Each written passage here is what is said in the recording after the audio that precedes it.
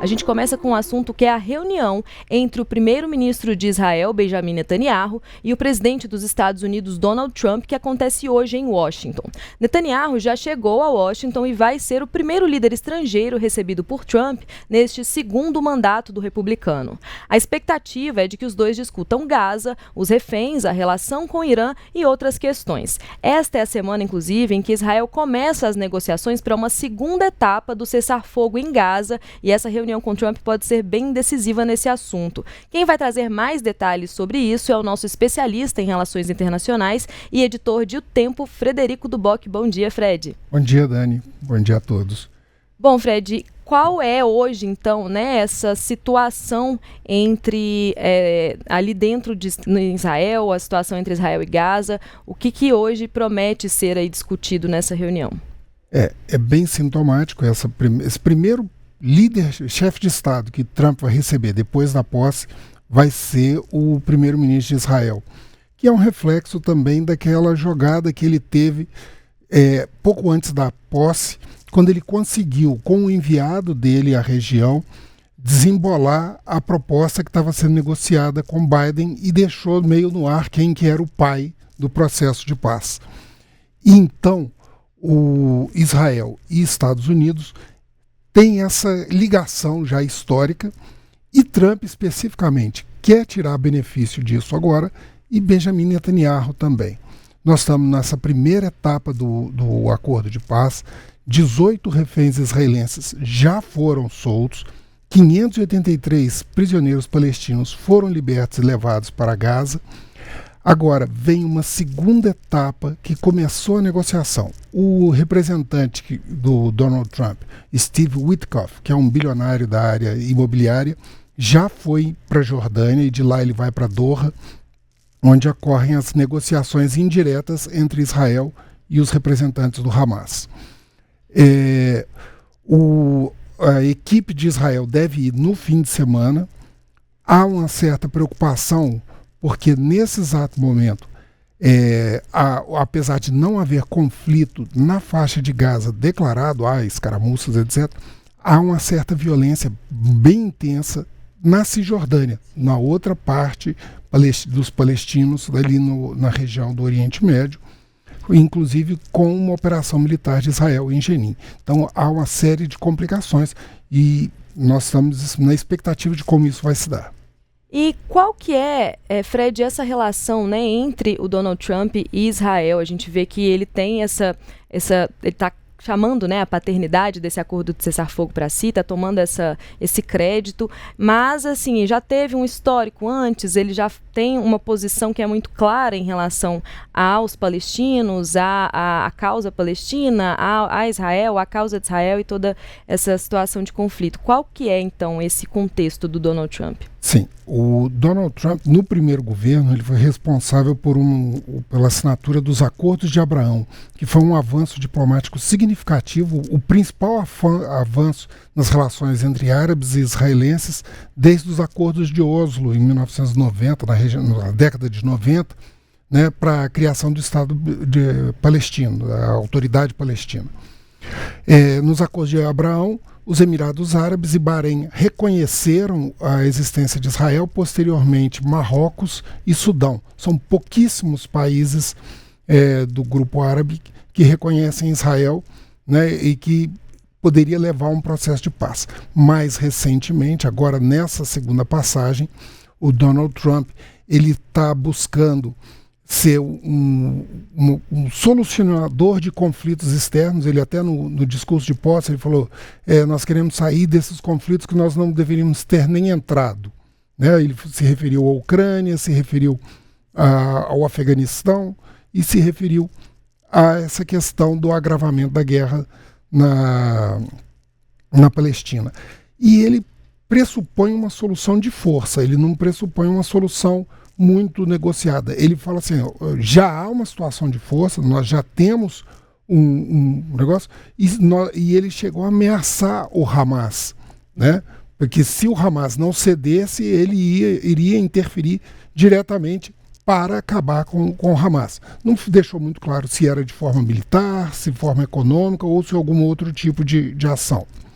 mas ele falou que faria isso, né? E para Netanyahu é um momento também muito importante, porque ele está sob pressão dentro de Israel. O bloco dele se dividiu com a assinatura do cessar-fogo.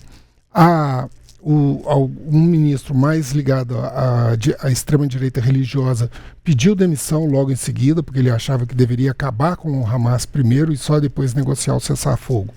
Segundo, ele está passando por um processo, uma investigação criminal por corrupção, é um julgamento, e ele precisa tentar dividir um pouco essa tensão, e ele quer trazer dos Estados Unidos essa situação. E tem a questão do mandado de prisão contra ele, né? Que uma das únicas viagens que ele pode fazer é essa para os Estados Unidos. Exatamente. Esse é um outro ponto importante dessa viagem.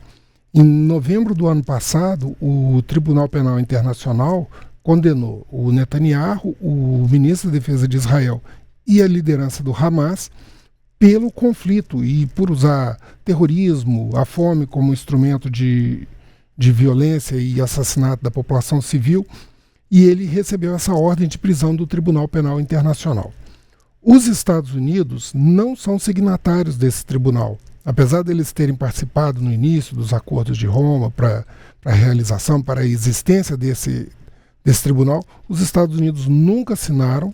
Eles chegaram perto disso no governo Clinton e depois eles desistiram porque eles acham que aquilo afeta a soberania dos Estados Unidos e dificulta muito o espectro de ações que ele poderia ter para interferir em outros países e em outras ações. Bom, é com essa posição, né, que os Estados Unidos, tanto os Estados Unidos quanto o Trump, têm em relação a Israel, ao conflito, e tem essa posição já muito marcada em defesa de Israel ali na faixa de Gaza. A gente então espera que haja um risco, né, para esse cessar-fogo, como você mesmo citou, a questão da resolução do conflito para o Trump não passa necessariamente por uma negociação diplomática, ela vai mais para um sentido ali bélico que vai acabar com o conflito da forma que ele quer acabar, e ele já deu sinais, né, de como ele quer que isso aconteça. Sim, o Trump ele tem uma visão muito binária, né? É 1 ou 0, é sim ou não. E ele já tinha anunciado uma pretensão de uma limpeza em Gaza. Por volta do dia 25, quando ele teve uma conversa com o rei da Jordânia, Abdullah II, ele chegou a falar, a gente tem aqui a frase. A frase dele, quando ele se reuniu com os jornalistas depois, foi: eu gostaria que o Egito levasse as pessoas, eu gostaria que a Jordânia levasse as pessoas. Estamos falando de 1,5 milhão de pessoas e simplesmente limparemos tudo isso. É uma ideia de retirar os palestinos de Gaza, ser levado para outros países da região, né, para que ali ele pudesse aproveitar uma região de uma riqueza de turística muito grande. Gaza é uma região do mar Mediterrâneo muito bonita, mas há uma complicação muito grande. Não é uma questão de tirar 1,5 milhão de pessoas, né? Nós temos um mapa também falando da posição dos refugiados palestinos. Em 1948, quando houve a criação do Estado de Israel, a população palestina sofreu uma diáspora, que eles chamam de Nakba, né, a catástrofe. E eles foram espalhados pelo Oriente Médio e pelo mundo. São mais de 4 milhões de palestinos refugiados. Em Gaza, são mais de 2 milhões de habitantes antes da guerra. Ali na Cisjordânia está aparecendo 0,9 milhões, né? Mas está falando ali dos refugiados em campos. A população de palestinos na Cisjordânia passa de 3 milhões. Então não é uma questão muito simples. Ele falou assim: vou levar para a Cisjordânia perto de 1 milhão. Você vê no mapa que tem mais de 2 milhões e 300 mil refugiados palestinos na Jordânia hoje. No Egito nem recebe muito. Eles têm uma resistência por conta de problemas que eles tiveram com a Irmandade Muçulmana, que era um grupo separatista e que tem ligações com Hamas. Então não é uma coisa muito simples de se fazer. Humanitariamente é questionável a frase do Trump, ainda mais usando um termo limpeza, que tem uma conotação na história mundial muito ruim, né? Como o caso da limpeza étnica na Sérvia, né? E outros casos. Então não é uma situação muito simples, mas é uma coisa que o próprio Trump também já está meio preocupado, porque ele não vê assim garantias da continuidade dessa trégua. E a gente tem até aqui um conjunto, né, os países árabes fizeram um comunicado conjunto rechaçando essa ideia realmente do Donald Trump de fazer essa migração, essa retirada dos palestinos do território ali, e eles dizem que esses planos, abre aspas, ameaçam a estabilidade na região, arriscam expandir o conflito e minam as perspectivas de paz e coexistência entre os povos. E é realmente isso, né? Basicamente você transferir o conflito de um lugar para o outro, porque a gente sabe como funciona e o que acontece, infelizmente, nessas situações de pessoas refugiadas, que acaba gerando ali algum tipo de conflito na região, mesmo que seja um conflito mínimo, que não seja um conflito como uma guerra, mas é um conflito social que acontece e, nesse caso, você retirar pessoas das suas terras e enviá-las para outros lugares é uma grande... É um problema, né? Ele se torna um problema muito grande, diplomático, social, enfim. Realmente a gente fica nessa incerteza mesmo agora sobre o que vai ser resolvido. Só mais uma coisa, é uma solução que já foi proposta e tentada ser colocada em operação depois da Guerra dos 6 Dias, em 1967. Espalhou-se os palestinos que estavam lá. O que aconteceu é que fomentou a Organização para a Libertação da Palestina, criou-se uma onda de atentados terroristas e os próprios refugiados palestinos, na década de 70, foram assassinados dentro da Jordânia. É isso. Num massacre que foi conhecido como o Setembro Negro. Então fica esse clima de apreensão realmente, né, para que esse cessar-fogo, esse acordo, essa reunião resulte num resultado que resulte numa situação que não vá gerar tantos danos, né, Fred? Vamos torcer para que haja paz.